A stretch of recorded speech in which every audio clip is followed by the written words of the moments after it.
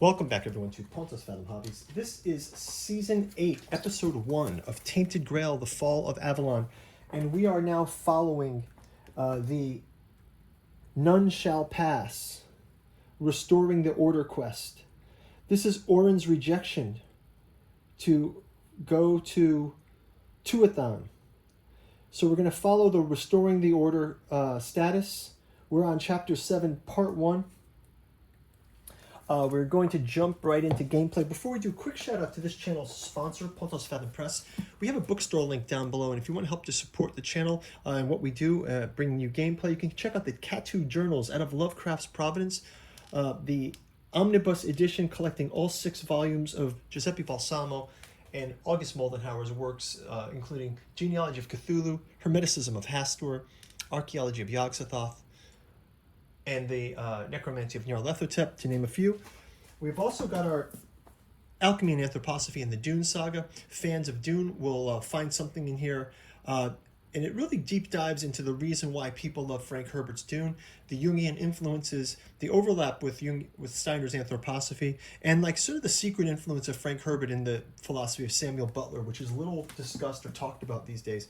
Finally, we have our podcast series, the tours through Conan, Solomon Kane, John Carter of Mars, H.P. Lovecraft, Frank Herbert, Philip K. Dick, Tolkien, George R. Martin, and the esoteric dragon mysteries, decoding the dragon symbol in myth and occult traditions. These all help to support the channel, so check out the bookstore link.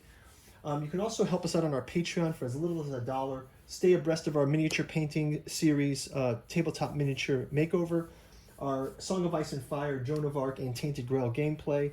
We also do model builds, miniature painting for our new sets, and looking forward to your comments, subscriptions, like, and signing to help us with the algorithm below. Looking to grow the channel, and you guys are the best, so thank you. Okay, let's go ahead and we'll reduce our men here down, 1 each. So we got 4, 3, and 5. We're going to have our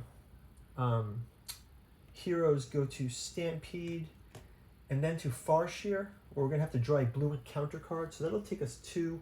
Oh, let's take our random event first. And we get good weather. So that's great. We only have to do 1 expenditure because one of them is free. It says, your first travel day costs 1 less. Experienced journeymen know to make the most of decent weather, which we have. We've traveled 2 spaces. We need to draw a blue encounter card when we enter Farshear. So Farshear, we draw a blue encounter card, and we get the Calm Before the Storm. Nothing happens. Place this card at the bottom of the blue encounter deck. So that's an uneventful encounter. Shall we stay here, or shall we keep moving? I guess we can go ahead to... Yeah, let's go ahead to Devastation. We're going to go 1 more to Devastation.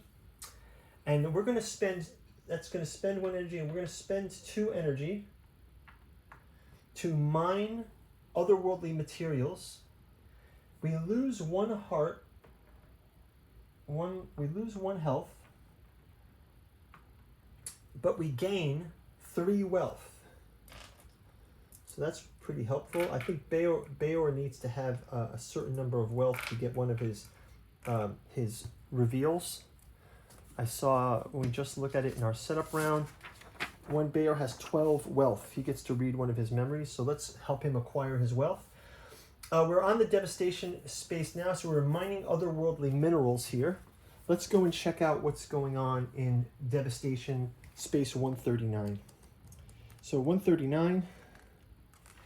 Devastation. This place remained out of the protective image of a menhir for a long time. The results are plain to see. The land is rippled and furrowed like an old man's brow. The trees grow upside down from the solidified waves of rock and dirt. A stream boils on one end and freezes on the other end. You can't help but wonder, is this how all of Avalon looked when it was completely enveloped in the primal weirdness some 600 years ago? Search the dwellings or go into the mine. Well, we'll start out with search the dwellings. We'll go, most buildings around the mine complex are old and half collapsed, but one large cabin seems almost new and relatively untouched. If you have part 7 of the dreams and part 7 of dreams and prophecies, we don't have that. Read on. Oh, you can learn nothing here, exploration. Otherwise, read on. You can step inside the seemingly empty building and begin to search. Your heart jumps when you catch a man in miner's garb out of the corner of your eye. He's growing straight out of a wall, upper torso and head sticking out of the intricate latticework of veins, nerves, and guts. Seeing you, you slowly raise his head. Instead of eyes, 2 sets of white, bloodshot flowers look right at you. Then the man says, "Poor creature, if you can only taste the infinite dreamscapes, if you could hear time gently washing over the bones of history." Kind of reminds me of Arrival a little bit, like that Annihilation, not Arrival, Annihilation, right? That movie with the shimmer, right? If you could see the color of abandonment in the texture of yearning. End his mystery. In his place, you'd want someone to do it. Go to verse 4. Leave him be. Go to the start of this location and make another choice. Learn from him. So we can leave him be. We can go to... we can learn from him, or we can end his misery. So let's see if we can learn from him. We don't have enough energy to learn from him. I don't want to go into pain mode here. So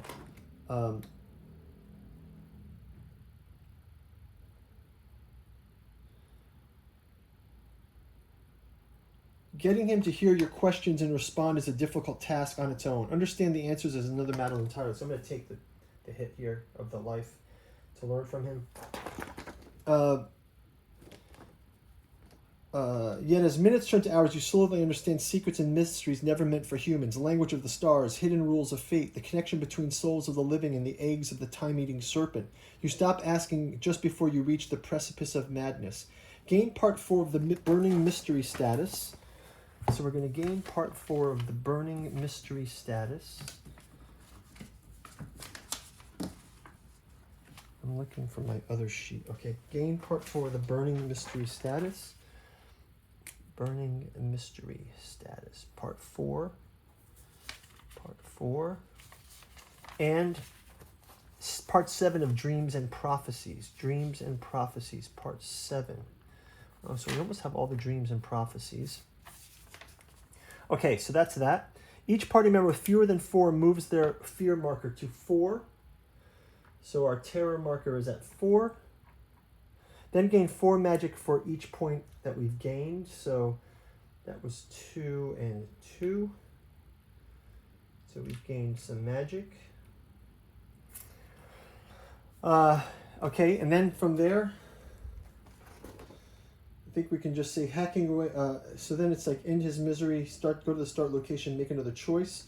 So we can end our exploration for the day here. And we can leave him be. Search. We can descend into the mines in the next round. You enter the shadows. Roll a die. Add your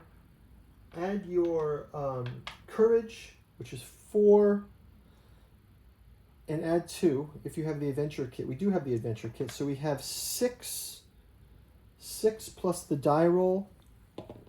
That's 5, 6, 11.